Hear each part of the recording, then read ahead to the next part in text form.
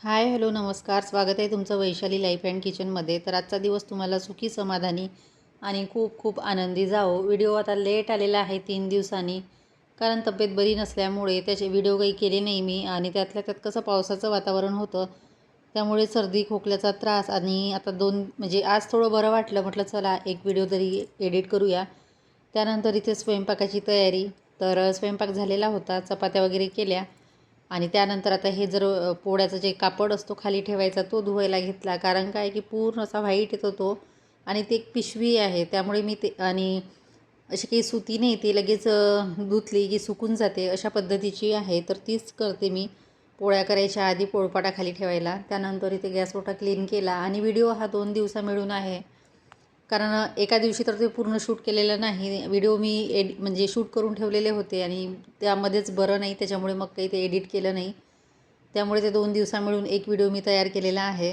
तर असो, त्यानंतर ते गॅस वगैरे पुसून घेतली. आणि आता सतत आमच्याकडे 3-4 दिवस झाले खूप इतका पाऊस येत आहे, म्हणजे ह्या 2 महिन्यामध्ये आला नाही तेवढा आता या 2-3 दिवसामध्ये भरपूर असा पाणी पडलेला आहे. सतत पाऊस, म्हणजे बाहेर निघणं मुश्किल अशा पद्धतीचा पाऊस झालेला आहे. पण एका अर्थी चांगला आहे, कारण शेतीसाठी असाच पाऊस पाहिजे असतो. सगळ्या नदी नाल्यांना पूर आले आणि आता 2 महिन्यानंतर पूर आलेले आहे. नाहीतर दरवर्षी कसं लगेच पावसाळा चालू झाला की साधारणतः जूनमध्येच येतात पूर, जास्त पाऊस झाला की. त्यानंतर इथे बघा, हे करायचं होतं मला आंब्याचं लोणचं. आणि मागच्या व्हिडिओमध्ये मी तुम्हाला दाखवलेलंच आहे की आंबे आणलेले होते लोणच्याचे.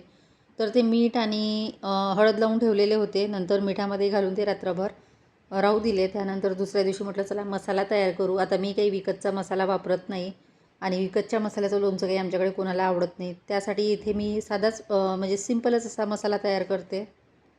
तर इथे जिरं भाजून घेतलेलं आहे, आणि अंदाजानेच घेतलेलं आहे मी, साधारणतः 1 चम्मच असेल. कारण 1 किलो कैऱ्या आहे, तर त्याच्यासाठी 1-1 चमचा सर्व घेतलेला आहे. त्यानंतर इथे 1 ते 1.5 चम्मच मोहरी घेतली. मोहरी थोडी जास्त घेतली, कारण मोहरीची डाळ काही मी वापरत नाही, त्याच्यामुळे मोहरी थोडी तळतळ झाली की मग हीच मिक्सरमध्ये बारीक करून घेते. म्हणजे एकदम बारीक पण नाही, थोडी ओबळधोबळ सर्व एकत्रच करते. तर इथे मोहरी अगदी 2 ते 3 मिनटंच परत केली, कारण कढई बरीच गरम होती, त्यामुळे लवकरच ती भाजल्या गेली. आणि त्यानंतर याच्यामध्ये थोडं काय म्हणतात त्याला, धने, ते पण भाजणार आहे, ते 1 चम्मच. आणि असा जर घरी आपण मसाला तयार केला ना, त्याचं लोणचं खूपच छान होतं. कारण माझ्याकडे मागच्या वर्षीचं जे लोणचं होतं ते सर्वांना आवडलं. आणि मी हेच मसाले टाकलेले होते, फक्त त्यामध्ये लवंग वगैरे आणि थोडं लसूण टाकलेलं होतं. नाही, लसूण नाही, ते आवळ्याच्या लोणच्यामध्ये, तर त्याच्यामध्ये लवंग होती. आता याच्यामध्ये लवंग वगैरे काही टाकणार नाही. त्यानंतर इथे धने घेतले, धने पण 1च चम्मच घेतलेले आहे. ते परत करून घेणार आहे. आता बरेच जण धने जर नाही वापरले तर धने पावडर पण वापरतात. आता प्रत्येकाची पद्धत बनवण्याची वेगळी असते. त्यानंतर इथे बघा, मेथीदाणे घेतले, ते अगदी कमी घेतले थोडे, म्हणजे नाहीतर एकदम कळवट वाटायला नको. फक्त मेथीदाण्याची चव छान येते म्हणून ते पण टाकणार आहे. सगळं हे भाजून घेतलं आणि नंतर याची म्हणजे जाडसर ओबळधोबळ पावडर करणार आहे. त्याआधी इथे कढईमध्ये तेल ठेवलं गरम करायला. तेल मी साधं सोयाबीनचं वापरलेलं आहे. आता वेगळं काही तेल आणलेलं नाही, कारण 1 किलो म्हणजे लोणचं होतं, त्यामुळे म्हटलं जास्त काही विकतचं लोणचं विकतचं तेल आणायचं नाही, दुसरं हेच वापरायचं.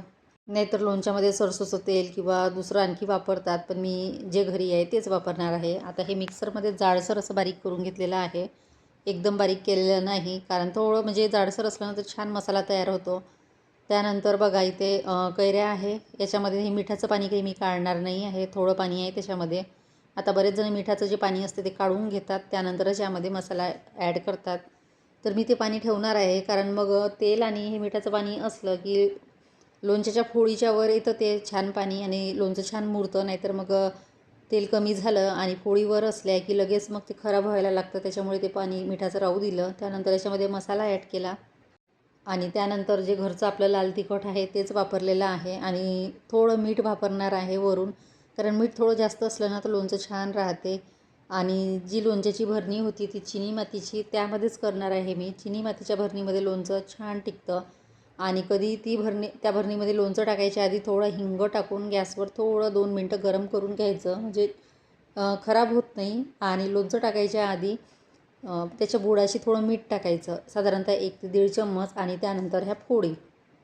तर इथे सर्व मसाले मिक्स करून घेतले. आता कढईतलं तेल पण बऱ्यापैकी गरम झालेलं होतं, आणि तेल पूर्ण थंड झाल्याशिवाय की मी यामध्ये टाकणार नाही. तर पोळी सर्व मसाले मिक्स केले, ते बाजूला ठेवलं. गॅस बंद केला आणि नंतर याच्यामध्ये हिंग टाकलेला आहे. हिंग बऱ्यापैकी टाकलेला आहे, कारण हिंगामुळे छान चव येते आणि पोळी पण छान कडक राहतात. त्यानंतर हे थंड झालेलं होतं तेल बऱ्यापैकी, तर ते यामध्ये मिक्स केलेलं आहे आणि त्यानंतर परत हे छान मिक्स करून घेईल आणि एक दिवस तर याच्यामध्येच राहू देईल मी स्टीलच्या भांड्यामध्ये. दुसऱ्या दिवशी ते भरणीमध्ये टाकणार आहे, कारण भरणी आजच घासली म्हटलं ते जोपर्यंत चांगली सुकत नाही कोरडी तोपर्यंत काही टाकायचं नाही. एकतर कसं ऊन नाही, त्याच्यामुळे तिला सुकायला वेळ लागेल. आणि त्यानंतर हिंग टाकून थोडं मी गॅसवर ते गरम करून घेईल, म्हणजे थोडं अगदी 1-2 मिनटं, म्हणजे जेणेकरून लोणचं खराब व्हायला नको यासाठी. त्यानंतर थोडं मीठ टाकलं मी, कारण आधी मीठ टाकलेलं होतं, पण आणखी थोडं टाकलं आणि भरणीमध्ये पण थोडं टाकणार आहे. आणि लोणच्याच्या पोळी इतक्या आंबट असतात की ते आपण जेवढं जरी मीठ टाकलं ना तेवढं सगळं आंबटपणा शोषून घेतं. त्यानंतर हा दुसऱ्या दिवशी सकाळचा व्हिडिओ. तर इथे बघा, एकीकडे मी साखर आंबा तो पण काल किसून ठेवला, साखर टाकून ठेवलेली होती आणि त्यानंतर ते रात्रभर राहू दिलं साखरेमध्ये. आणि आता सकाळी म्हटलं हेच काम करायचं. सकाळी ते गॅसवर ते शिजायला ठेवलं आणि त्यामध्ये विलायची टाकणार आहे, अगदी थोडं मीठ आणि 10 ते 15 मिनटं छान शिजू देणार आहे, म्हणजे साखर आंबा तयार होतो. तर हे आहे, ते कशाचे पानं म्हणतात आमच्याकडे याला, अळूवडीचे जे असतात ते, सॉरी याचं मला नावही नाही आठवत आहे. तर हे चमकुऱ्याचे पानं म्हणतात इकडे, किंवा पोतीचे पानं, तर ते आहे. तर याची भाजी करायची होती मला. जे आमचे ओनर आहे त्यांनी दिले, कारण त्यांच्या तिथे खाली भरपूर लागलेले होते, तर त्यांनी दिले भाजीसाठी. तर याच्या शिरा सर्व काढून घेणार आहे, जेणेकरून मग ते घशात अडकायला नको. पण ते बोलले की या पाण्यामुळे अजिबात खाज वाटत नाही आणि असं रुतल्यासारखं वाटत नाही, छान आहे म्हणून. म्हटलं चला करून बघू. तर इकडे साखर आंबा होत आलेला आहे. इकडे चण्याची डाळ भिजत घातलेली आहे. आज आहे गुरुपौर्णिमा आणि गुरुपौर्णिमेच्या दिवसचा हा व्हिडिओ आहे. तर इथे मला पुरण करायचं होतं, तर ते मी डाळ 1 ते 2 तास भिजत ठेवणार आहे, म्हणजे लवकर शिजल्या जाईल. आणि डाळ ही म्हणजे लवकर शिजत नाही, त्याच्यामुळे मला हे भिजून ठेवणं आवश्यकच होतं. त्यानंतरच ते शिजवेल. नाहीतर दरवेळेस कसं डायरेक्टच मी कुकरला लावते, पण आता म्हटलं जर नाही शिजली तर प्रॉब्लेम होईल, म्हणून हे भिजत ठेवलेली आहे. आणि त्यानंतर आता बाकीची कामे. तर इथे बघा दुपारच्या स्वयंपाकाची तयारी. तर इथे मी वाफेवर ते वडी शिजवणार आहे. याच्यामध्ये बेसन, ज्वारीचं पीठ आणि गव्हाची कणिक, तांदळाचं पीठ नव्हतं त्याच्यामुळे ते काही टाकलं नाही. त्यानंतर त्यामध्ये मसाले आणि छान असं बारीक चिरून घेतले पानं, थोडं कच्चं तेल टाकलं आणि मस्त असा गोळा तयार केला आणि तो वाफेवर शिजवून घेतला. त्यानंतर इथे कारल्याची भाजी करायची होती. आता म्हटलं तर ती वडी शिजेपर्यंत, म्हणजे वाफून होईपर्यंत कारल्याची भाजी होते. तर इथे कारल्याला मीठ लावायचं होतं. मीठ संपलेलं होतं, म्हटलं चला ते पण डब्यात काढून घेऊया. आणि कारल्याची भाजी आता कोणी खात नाही माझ्याकडे, फक्त मीच खाते. तर इथे साधारणतः 1 पाव कारले होते, मी पूर्ण चिरून घेतले. म्हटलं 1-2 काय ठेवत बसा, पुन्हा खराब झाले, पिकले की ते खराब होतात. त्यापेक्षा वाचली ती भाजी तर रात्री खातेच, असं काही वाया जात नाही ती कारल्याची भाजी. तर इथे मीठ लावून 10 ते 15 मिनटं ठेवणार आहे आणि छान असं चोळून घेणार आहे, म्हणजे कडूपणा कमी होईल. एकीकडे वडी पण तयार झालेली आहे, आता ती फक्त फोडणी द्यायची आहे. आणि ही तळलेली पण छान लागते, पण आमच्याकडे अशी वाफवलेली आवडते. पण मी हिला भाजीसारखं करणार आहे, कांदा टाकून फोडणी देईल. आणि रेग्युलर व्हिडिओ आले ना तर मला पण टाकायला इंटरेस्ट वाटतो. अशी गॅप पडली तर मग अजिबात इच्छा होत नाही, का कुणास ठाऊक कंटाळाच येतो, म्हणजे कॅमेरा किंवा असं शूट करायचीच इच्छा होत नाही. आणि आधी तरी असं रेग्युलर व्हायचं, आता मध्ये काही ना काही अडचणी येतच आहे. त्याच्यामुळे व्हिडिओ असे लेट येतात आणि मग असं वाटते की नाही आपण रेग्युलर करायला पाहिजे, पण का कुणास ठाऊक काही ना काही सुरूच असतं. तर ठीक आहे, प्रयत्न करते. त्यानंतर इथे बघा भाजी कारल्याची ते मीठ लावून ठेवलेलं आहे आणि आता टोमॅटो मिरची भाजीसाठी कट करून घेतलेले आहे. आणि कारल्याच्या भाजीमध्ये टोमॅटो जर टाकला ना भाजी छान होते, म्हणजे कडवट पण आपण वाटत नाही, थोडी आंबट वाटते. तर त्यानंतर 1 कांदा आणि टोमॅटो, थोडी कोथिंबीर, बाकी काहीच टाकणार नाही. अद्रक लसूण पेस्ट वगैरे काहीच नाही, सिंपल अशी करते मी. तर ते करायची होती. एकीकडे भात झालेला होता, वरण झालेलं होतं आणि पुरण जे आहे ते पण शिजलेलं आहे. तर ते मी संध्याकाळी करणार आहे पुरणपोळ्या, आता करून ठेवलं ते. आता दुपारी करायचा होता मला पुरणाचा स्वयंपाक, पण झालं असं की रुचीचे बाबा ते काही घरी नव्हते, ते बाहेरगावी होते, त्याच्यामुळे मग ते घरी थांबणार नव्हते. म्हटलं जाऊ द्या, मग संध्याकाळीच करू, सर्वांना होईल. मग आता ते शिजवून तयार करून ठेवणार आहे, म्हणजे संध्याकाळी करायला बरं. आणि वेळेवर केलेल्या माझ्या पोळ्या काही व्यवस्थित येत नाही, म्हणून मी आधीच पुरण तयार करते, नंतर संध्याकाळी किंवा दुसऱ्या दिवशी पोळ्या करत असते. तर ठीक आहे. त्यानंतर इथे कारल्याला छान असं चोळून घेतलं, म्हणजे त्यातलं जे कडू पाणी आहे ते सगळं काढलं आणि 2 ते 3 पाण्याने कारले धुवून घेतले. आणि आता कारल्याची भाजी म्हणजे फोडणी घालायची होती. तर बाहेर इतका पाऊस येत होता, भरपूर असा पाऊस चालू आहे आमच्याकडे. म्हणजे थोडं ढगाळ आलं की एकदम पाणी, म्हणजे पाणीच पाणी, बाहेर निघणं मुश्किल झालेलं आहे. इतकं पाण्याचं म्हणजे प्रमाण वाढलं आणि 3 दिवसामध्ये भरपूर पाणी आलं. त्याच्यामुळे इतका थंडावा पण जाणवत आहे आणि सर्दी खोकला. वातावरण चेंज झालं की मग इकडे सर्दी खोकल्याचा त्रास होतो. तर असो, त्यानंतर इथे भाजीला फोडणी दिली. नंतर ही वडी पण छान वाफवली गेली होती. मुलीला थोडी टेस्ट करायला दिली. म्हटलं काय कमी काय जास्त ते सांग तू. तिला नेऊन दिली मी थोडी. आणि त्यानंतर आता ही पूर्ण कट करून घेणार आहे. आणि बऱ्याच वर्षानंतर मी ही अळूच्या पानाची वडी करत आहे. आमच्याकडे विदर्भामध्ये पोथीचे पानं म्हणतात किंवा चमकुऱ्याचे. कारण हे आमच्याकडे पोळ्याच्या वेळेस करतात, जे बैलाचं सण असतो तेव्हा. आणि नाहीतर मग सहसा नसतेच ती करत, तर बैलाच्या सणाच्या वेळेस करतात ते. आणि ज्या दिवशी आदल्या दिवशी काय त्याला खान शेकणी म्हणतात, तेव्हा ते जेवणासाठी करतात. तर तेव्हाच मी खायची, म्हणजे लग्नाच्या आधी. आणि आमच्याकडे ते झाड पण होतं. आणि तेव्हापासून मी आता साधारणतः 12 ते 13 वर्ष झाली ती भाजी अजिबात खाल्ली नाही. इकडे विकत मिळते, पण ते पानं कुठचे आणतात, कुठचे विकतात कुणास ठाऊक. त्याच्यामुळे काही मी एवढं आणत नव्हती. पण आता इथे दिसले पानं, त्यांनी दिले, तर म्हटलं चला, खूप वर्षानं का होईना. आणि माझ्या मुलीला खूप आवडते ही भाजी, कारण तिने 1-2दा खाल्लेली आहे नातेवाईकाकडे. म्हटलं चला, ती कारले नाही खाईन तर ही भाजी खाईल. तर इथे एकीकडे कारल्याची भाजी पण झालेली आहे आणि आता मला ही भाजी फोडणी द्यायची होती वडीची. तर इथे भरपूर असा कांदा घेतलेला आहे, साधारण 1 ते 1.5 कांदा. आणि कढीपत्ता, तेल टाकलं. बाकी तर कुठले मसाले टाकणार नाही, कारण सर्व मी त्याच्यामध्ये मिक्स केलेलंच आहे. फक्त इथे कांदा आणि कढीपत्त्याची फोडणी, थोडं जिरं टाकणार आहे. तर साधारण 10 ते 12 वर्ष झाले असेल किंवा जास्त झाले असतील, मला इतकं आठवत नाही. तेव्हापासून मी ही भाजी खाल्ली नाही. आणि सहसा तर मी बनवतही नव्हती म्हणा, माझी आईच करायची. पण ती ज्या पद्धतीने करते त्याच पद्धतीने मी करत आहे. आता हे तळून मला वड्या करायच्या होत्या, पण रुचीला तसं तळून पाहिजे नव्हतं. ती बोलली की अशीच कर, साधी पोळीसोबत छान लागते. तर म्हटलं ठीक आहे. आणि भरपूर झाली भाजी, कारण बऱ्यापैकी पानं होते. तरी ते कढईमध्ये तेल टाकलं, थोडं हिंग टाकला, कढीपत्ता, कांदा परत केलं. एकीकडे कारले पण ते मिक्स करणं चालू आहे, जेणेकरून म्हटलं कढईला म्हणजे ते जळायला नको भाजी. त्याच्यामुळे मग ते परत वरचेवर करत राहावे लागते. आणि कारले लवकर शिजत नाही, तर वेळ लागतोच. त्यानंतर इथे बघा सर्व मिक्स केलं आणि अशा पद्धतीने ही भाजी तयार आहे वडीची. आता या भाजीमध्ये काही दुसरे तिसरे मसाले टाकायची गरज नाही, अगदी सिंपल अशी होते, पण छान लागते चवीला, एकदम टेस्टी. आणि भाकरीसोबत तर खूपच छान. आणि जर वाफून नुसते अशा जरी वड्या खाल्ल्या ना तरी छान वाटतात, म्हणजे तळायची गरज नाही. तर इथे मुलगी आली, तिला वरची भाजी बघायची होती, कधी होते म्हणजे खूप दिवसांनी केली. तर तिलाही नवल वाटलं काहीतरी, चला वेगळी भाजी खायला मिळेल. तशी तिने या आधी खाल्लेली आहे, तर तिला ती म्हणजे भाजी आवडतेच. त्यानंतर इथे डाळ शिजलेली होती. म्हटलं चला मिक्सरमध्ये गरम गरम जर बारीक केली ना तर लवकर बारीक होते, आणि मिक्सरमध्येच करते. जास्त नव्हती, 1 वाटी, तर 1 वाटीचं पुरण केलं, तर तेच 2 दिवस पुरते आम्हाला. तर इथे मस्त अशी डाळ बारीक करून घेतलेली आहे. आता पुरणयंत्रामध्ये जर एवढी करायची म्हटलं तर ते बऱ्यापैकी पुरणालाच, म्हणजे पुरणयंत्रालाच डाळ राहते. त्याच्यामुळे मिक्सरमध्येच करते, लवकर होते. आणि डाळ बारीक केल्यानंतर साखर टाकून ते शिजवते मी.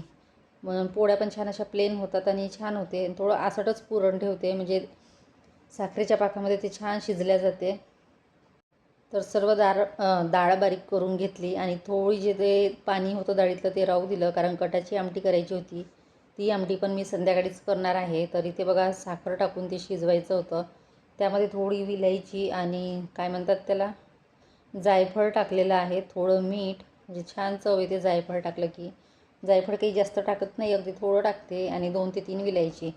तर अशा पद्धतीने मस्त पुरण पण झालेलं आहे तयार. आता संध्याकाळपर्यंत ते व्यवस्थित होईल, म्हणजे पोळ्या छान येतील. असं गरम गरम केलं तर पोळ्या काही माझ्या व्यवस्थित येत नाही, म्हणजे फुटून जातात पोळ्या, अशा छान फुगत नाही. तर ठीक आहे. इकडे पुरण झालेलं आहे, भाजी झालेली आहे, म्हणजे बऱ्यापैकी स्वयंपाक आटोपलेला आहे. आता जेवणाची तयारी. आणि आज गुरुपौर्णिमा होती, त्याच्यामुळे पूर्ण दिवस कामामध्ये गेला. आता बरोबर 2 वाजलेले आहे, बराच वेळ झाला सकाळचे कामं. आणि त्याच्यामुळे मग खूप घाई गडबड झालेली आहे. तर त्यानंतर आता हे आवरायचं होतं. स्वयंपाक तर झाला, पण जो गॅस ओट्यावर पसारा होता ना, तो आवरणं म्हणजे बस खूप झालेलं होतं. तर ते आवरायला घेतलं आधी. म्हटलं हे सगळं क्लीन करायचं, त्यानंतरच जेवण. आता थोडा उशीर झाला तरी चालेल, नाहीतरी 2-2:30 वाजलेलेच आहे. तर हे सगळं क्लीन करून घेतलं. मध्येच कपडे बाहेर टाकलेले होते ते आतमध्ये आणून ठेवले, कारण थोडं आभाळ असं उघडल्यासारखं वाटलं तर कपडे बाहेर नेले आणि लगेच काही 10 मिनटामध्ये पाणी चालू. म्हणजे बाहेर न्या आतमध्ये आणा हेच काम पावसाळ्याभर चालू असते आणि घरामध्ये ठेवले तर काही दिवसभर सुकत नाही. तर असं आता त्यानंतर सगळं आटोपलं, दही वगैरे ते फ्रीजमध्ये ठेवायचं होतं. फ्रीज तर बंदच आहे, फ्रीजवर ठेवलं ते मी. आणि आता जेवणाची तयारी. इकडे मुलीला जेवण दिलं आणि त्यानंतर आता दुपारचे 4 वाजले. तर इथे मला चहा करायचा होता, तर म्हटलं आधी चहा घ्यायचा, त्यानंतर बाकीची कामे. आणि ही व्हिडिओ 2-3 दिवसा मिळून आहे ना, तर माझ्याच लक्षात येत नाही नेमकं कुठली वेळ आहे, काय आहे. तर ते मागे पुढे म्हणजे वेळेचं मिस्टेक होत आहे, तर तेवढं समजून घ्या. त्यानंतर इथे चहा करायला ठेवायचा होता. तर लायटर इकडे शोधते तिकडे शोधते, ते काही दिसत नव्हतं. लायटर आमच्या घरी एका जागी राहत नाही, कधी इकडे कधी तिकडे असं असते. आणि गॅसची शेगडी मी आता अशीच ठेवत आहे आडवी. आता अशा याची तर मला सवय नाही आहे, पण प्रॉब्लेम असा आहे सरळ जर ठेवली ना, मध्ये पाईप येतो तो गॅसचा आणि ओठ्याला होल आहे पाईप टाकण्यासाठी, पण मला ते नाही आवडत होलमधून ते पाईप टाकणे. म्हटलं असाच राहू द्यायचा. त्यानंतर इकडे मुलीची बडबड चालू होती. तिने काहीतरी केलं, मग मी तिला रागवत होती की इथल्या वस्तू इथं ठेवत जा, इकडे तिकडे पसारा करू नको, कारण आवरता आवरता सगळे कामात वेळ जातो. त्यानंतर इथे जे डबे होते ते व्यवस्थित लावून घेतले आणि इथे मी आता जी लोणच्याची साखर आंब्याची भरणी होती ती घासली. तर आता त्या भरण्या इथे म्हटलं सेट केल्या आणि काही इकडे केल्या, कारण ते डबे ठेवायचा प्रॉब्लेम इतका होतो ना, व्यवस्थित बसत नाही. कधी इकडे कधी तिकडे असं ठेवावं लागतं. त्यानंतर भांडे घासायचे होते. हे नारळ आणलेलं होतं पूजेसाठी, तर संध्याकाळी देवाला विडा वगैरे करायचा होता. तर ओलं नारळ बोलावलं मी, कारण ओलं नारळ आणलं की मग आप्पे इडली केली की त्यासोबत चटणी ओल्या नारळाची छान होते, म्हणून ओलंच बोलावते. दरवेळेस सुकं काही बोलवत नाही. त्यानंतर भांडे घासायचे होते. दुपारचं जे जेवणाचे भांडे होते ते, तर सर्व भाज्या वगैरे काढून घेतल्या आणि म्हटलं चला आता भांडे घासून घेऊ. आणि आजचा दिवस पूर्ण असा कामातच चालू आहे, म्हणजे आराम थोडाही नाही. हे झालं की ते झालं की ते, परत संध्याकाळी स्वयंपाकाची तयारी. त्यानंतर इथे बेड आवरायला घेतला. बेड आवरायचा होता. कपडे तिकडे तारावर टाकून दिले. आता हे रात्रभर वाळतात. थोडा वेळ बाहेर सुकले की मग आतमध्ये ठेवावेच लागतात. आणि आता दारं खिडक्या थोड्या ओपनच ठेवल्या. म्हटलं थोडं आभाळ मोकळा आहे तर थोडं ओपन राहू द्यायचं, नाही तर मग दिवसभर बंद बंद असते. आणि वातावरण असं पावसाचं असतं की दारं खिडक्या जास्त ओपन ठेवत नाही, कारण थंड असा गारवा येतो. तर थोडा वेळ म्हटलं राहू द्यायचं ते. त्यानंतर ते बेड वगैरे लावून घेतला आणि आता सोफा आवरायचा होता. सोफा आता मुलगी सगळं अस्ताव्यस्त करून ठेवते. ती उठल्याशिवाय आणि बाहेर गेल्याशिवाय तो आवरताच येत नाही. आणि तिला जरी उठवलं आणि केला तर लगेच 2 मिनटामध्ये परत जसेच्या तसे. त्यानंतर झाडझूड करायला घेतली. तर इथे आधी म्हटलं फॅन बंद करायचा, नंतर झाडायचा. आणि व्हिडिओ थोडा फास्टमध्ये घेतलेला आहे मी. एवढ्या फास्टमध्ये तर कामं होत नाही, हळूच होतात. तर व्हिडिओ खूप मोठा होईल म्हटलं म्हणून थोडा फास्टमध्ये घेतला. आणि ते कसं एकदा जर कॅमेरा ऑन केला, चालू केला व्हिडिओ की मग ते बऱ्यापैकी मोठा व्हिडिओ होऊन जातो आणि मग एडिट करताना कधी कट होतो कधी नाही होत. त्यानंतर भांडे घासायला घेतले. झाडल्यानंतरच भांडे घासले तर बरं राहते, नाही तर मग आधी भांडे घासले सगळं ओलं ओलं होऊन जाते, मग झाडताना प्रॉब्लेम होतो. तर हे सर्व दुपारचे भांडे आहे बघा. आता पाणी पण भरायचं होतं, नळ येणार होते. म्हटलं भांडे पहिले घासून घेते, कारण पाऊस बाहेर चालू आहे. आणि नळ आज लवकरच आले, कारण 4:30लाच आले, नाही तर मग 6ला 6:30ला 5ला असे येतात. चला मग इथे सेंड करते. Bye bye.